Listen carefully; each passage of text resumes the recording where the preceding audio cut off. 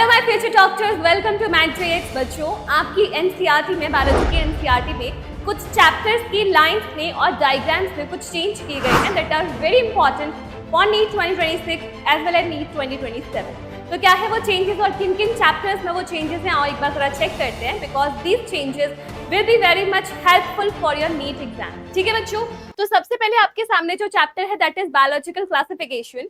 यहाँ पर जो साइंटिस्ट का नाम था M.W. बीजरिंग, उसकी स्पेलिंग में चेंज किया गया है। पहले लिखा हुआ था NEK, now it has been changed to NCK, M.W. बीजरिंग।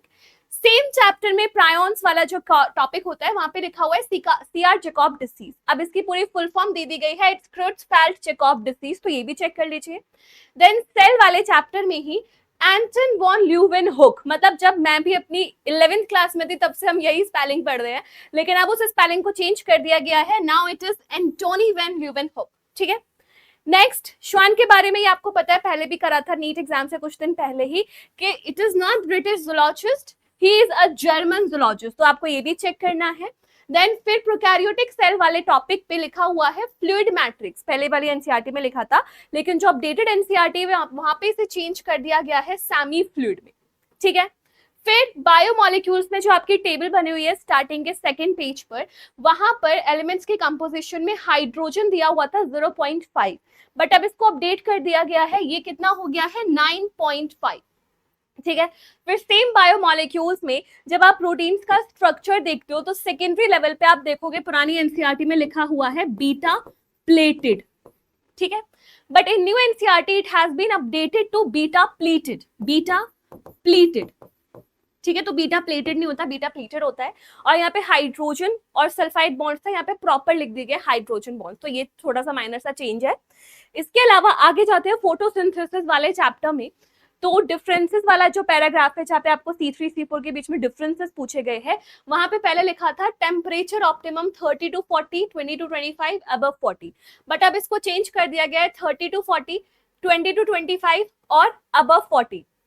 तो यहाँ पे डिग्री नहीं था, लेकिन यहाँ पे आपके सब में डिग्री लगा दिया, बस ये छोटा सा चेंज यहाँ पे भी किया गया है। देखो एनसीईआरटी में वो माइनर चेंजेस हो रहे हैं जो आपने इतनी बार एनसीईआरटी पढ़ ली तब भी आंखों के सामने से वो गायब हो जाते, ओझल हो जाते, तो इतने माइनर लेवल पे आप चेंजेस किए गए हैं। फिर रेस्पिरेशन इन प्लांट्स, यहाँ पे था एटीपी सिंथेसिस वाला टॉपिक। पहले यहाँ पे लिखा हुआ था कि आपको 2 हाइड्रोजन आयंस अंदर एंटर करते हैं to form the ATP, but अब अपडेट करके इसको कितना कर दिया गया है 4H पॉजिटिव। ठीक है, आगे देखते हैं, नेक्स्ट इज रेस्पिरेशन। वहां पे इंट्रोडक्शन में लिखा हुआ है कि only green plants and cyanobacteria can prepare their own food, but अब यहाँ पे ओनली वर्ड जो है वो हटा दिया गया है। ठीक है, तो आपको पता है वैसे भी जो ओनली, ऑलवेज, एक्सक्लूसिवली, ये वाले जो वर्ड्स होते हैं वो कितनी ज्यादा आपके मिस्टेक्स करवा देते हैं नीट के एग्जाम में, तो इसको भी आपको ध्यान रखना पड़ेगा।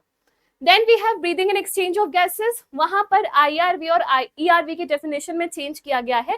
पहले इनके आगे लिखा हुआ था additional volume of air, but अब इनके आगे एडिशनल वर्ड हटा दिया गया है। ठीक है, तो अब आपको एडिशनल वर्ड यूज नहीं करना।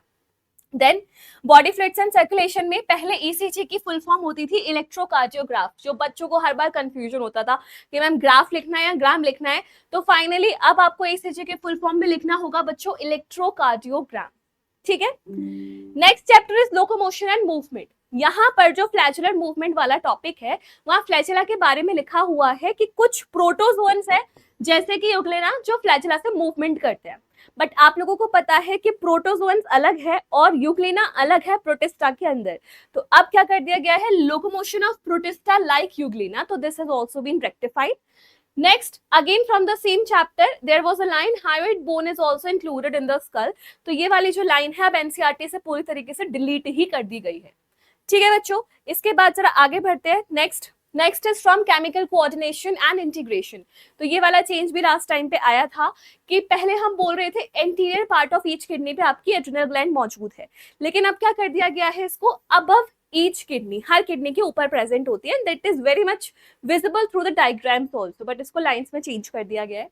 Next is sexual reproduction in flowering plants, जहां पे हम पॉलिनेशन एजेंट्स की बात करते हैं, तो वहां पे हम पढ़ते थे ना टेसल्स, कॉर्न कॉप के जो टेसल्स होते हैं, now this tassels word has been replaced by ears, बाकी सब सेम है कि वो स्टिग्मा स्टाइल होते हैं, बट आपको टेसल्स के बदले ईयर्स वर्ड यूज करना है। ठीक है बच्चे, next is human reproduction. Human reproduction में जो मेमरी ग्लैंड्स वाला टॉपिक है, वहां लास्ट लाइन होती थी lactiferous duct through which milk is sucked out, but अब इस लाइन को थोड़ा सा मॉडिफाई कर दिया गया है, lactiferous duct and opens at the nipple from where the milk is expressed during breastfeeding। तो आपको ये लाइन को भी ध्यान में रखना है। Moving on to human reproduction, ये वाला चेंज कि आपकी जो ओवरी है उसमें ओवुलेशन के टाइम पे जो स्टेज बाहर आती है दैट इज ओवम, ठीक है। लेकिन अब इसको ओवम नहीं करना, ये क्या होती है आपकी सेकेंडरी oocyte वाली स्टेज, सेकेंडरी oocyte वाली स्टेज होती है। ओवम कब बनता है? फर्टिलाइजेशन के बाद, ठीक है।